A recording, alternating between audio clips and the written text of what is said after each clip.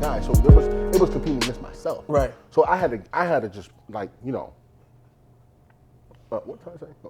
I had to go in there and just compete with myself every day. You know what I'm saying?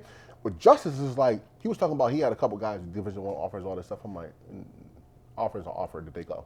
But those are my guys. Those are my guys at New Britain. Grew up with all them. But man. you gotta look too. Like Alfred. Alfred, his junior year High school. in high school was getting recruited by Penn State. I knew that because I was at Penn State. He tore his ACL though his senior year. That's why. Oh. He was getting recruited by Penn State. 100%. So he younger than you. Alfred is a year younger than me. So I definitely wouldn't know him. Yeah, but he's a 2-time All-State wide receiver. Right. Ended up going to Kutztown because I was at Kutztown at that time because I had transfer out. Yeah. The Penn State stuff, and then I was there, and I told Alfred to come there. Okay. Like, you know what I'm saying? High school. Stay with me. Yeah. Okay. No, he was at Merrimack because he Okay. He ended up going to Merrimack because Okay. he couldn't because of the situation. Yeah. And then he hated Merrimack, so then he was like, I pretty much call him my cousin's friend, Mike Davis, rest in peace. Mike called me and was like, yo, Mo, I got to get Alfred out of Merrimack. You're at Kutztown, right? I'm like, yeah. And he's like, I'm going to have him come down there. I'm like, come down, dog. He can stay with me. Because I have a situation. Yeah, that was, I ain't, you know. So he can come stay with me. Yeah. So him, Alfred, and my boy Tyler, he named Tyler Dennis, but he took his mother's name, Tyler Lepley, who's on the Have and Have-Nots. Okay, yeah. He told told me they slept on futons in my room for 2 years at Kutztown. Rent free, all that. I'm taking care of my guys. Yeah. You know what I'm saying?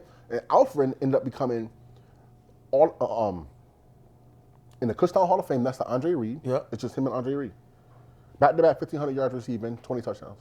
That's big time. So like, you know what I'm saying? So, I never met him, but I'm gonna meet him soon. Yep, Obviously. but that's another guy. Like, you know what I'm saying? So like, when you talk about the competition part of it, it's like New Britain. Like, I look at it, I'm like, Bloomfield had Dwight Freeney, Andrew Pinnock, Jamel Lewis, Jason Manson, and a couple other guys. Matt Lawrence on one team. Dwight Anderson, who played in the CFL when we played for the Rams. On one team. They had the Shabazz brothers. On one team. D1. Then they had a D tackle went to Maine. One team. Let me ask you this: who you think is the best football program in Connecticut's history? Is it Bloomfield? My era, absolutely. Bloomfield got. I'm gonna tell you like this: Bloomfield got the best team in Connecticut State high school football history. So you think Jack Cochran is the best coach of all time? Yep, because he did it at Bloomfield, and then he went to New London and did it. So, and he did that in New Britain, too. And he did that in New Britain. Two state championships, back to back. So he won. 02, He won what, three or four at Bloomfield? He won 3 at New Britain, I think. So he won what, three or four at Bloomfield? He won, I think, more than that. Okay, and he won what, 2 at New London? That's crazy. Then his son won at Massac. So let me ask you this. Okay, let's talk. I want to talk about some stuff. So UCONN. Mm-hmm. So you went to UMass, right? Mm-hmm. I can't wrap my brain around why University of Connecticut is not offering you a scholarship. So here's the thing. Because Randy Esso was there, right? Yep, Esso was there. I'm gonna tell you a story about him.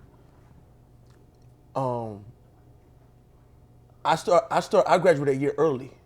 I should have been 02 with you. Damn. So my senior year, I was 16. That's crazy. That was 16 my senior year. So pretty much you were, bro. But again, I can't get over the fact that you said that you led the state in home runs. Home runs. My junior year as a 15-year-old. Yeah.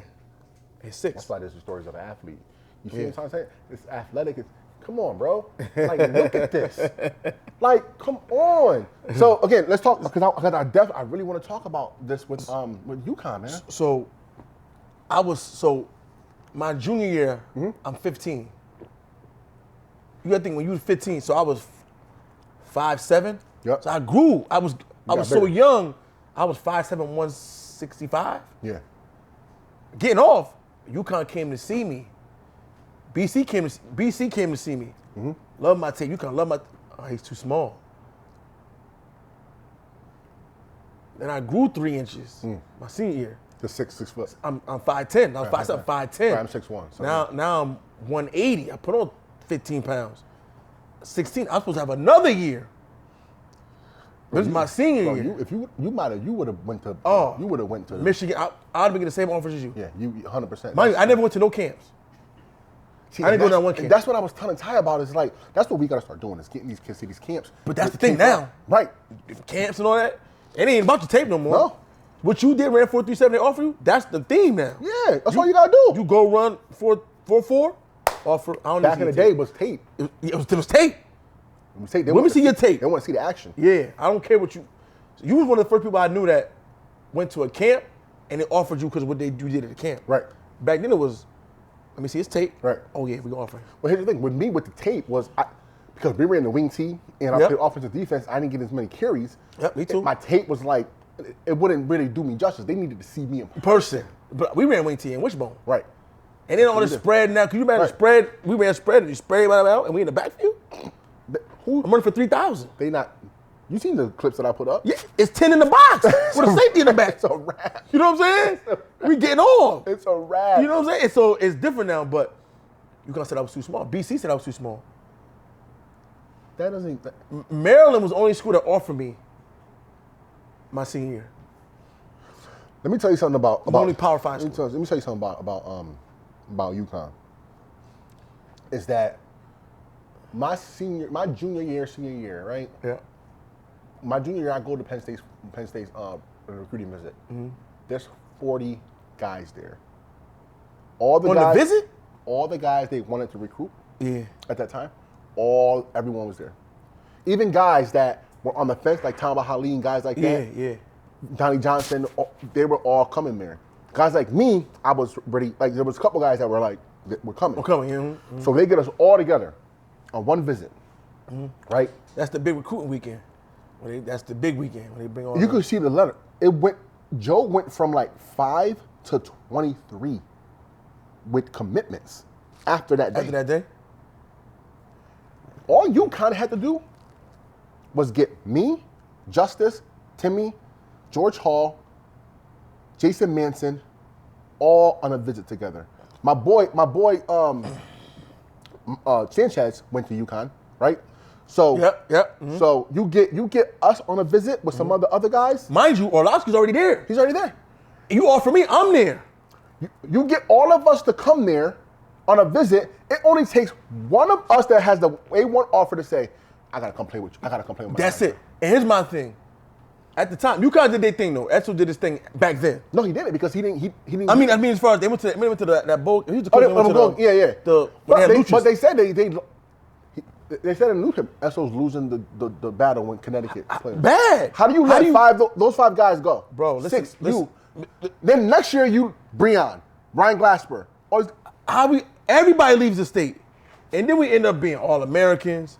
All crazy. But how do you imagine if UConn brings in the top 7-8 recruits out of Connecticut each year, they're in a bowl game. Competing. They are, bro. I ended up going to Penn State, playing both ways, and then going to start in defense. UConn's in the Big Ten, is in the fucking. It was independent at the time. Right. I'm playing against the defending national champions, Ohio State, and giving Chris Gamble work 8 for 70-something. I know. Freshman. Fresh out of Berlin. Fresh out of Berlin. And you let that kid get out of the state? Get out of the state? You do whatever you got. I don't even need no money. What you do then? I mean, as far as you roll out the red carpet. But what you do then is Did they even offer you? Yeah. Okay. Yeah. I just want to make sure they offered me. They offered me a partial. Partial? At that time you can do partials. That's just disrespectful. I lead all running backs to state of Connecticut. But first of all, how do you let all state players leave your state? Some are not good, but some that are Division I talent that are getting other offers, how? How does Anton get out the state? I don't even understand. You understand, like Josh Moore? I would have loved him with UConn. And then all it takes is Orlovsky's the one that said, he's the first one that said I'm doing it. Yeah, he was the first one. And at the All-Star game, he said to me, Shannon, I tried. I told him to offer this kid. I know this kid, he's a good player. He said they wouldn't give you the full. He tried. My man tried.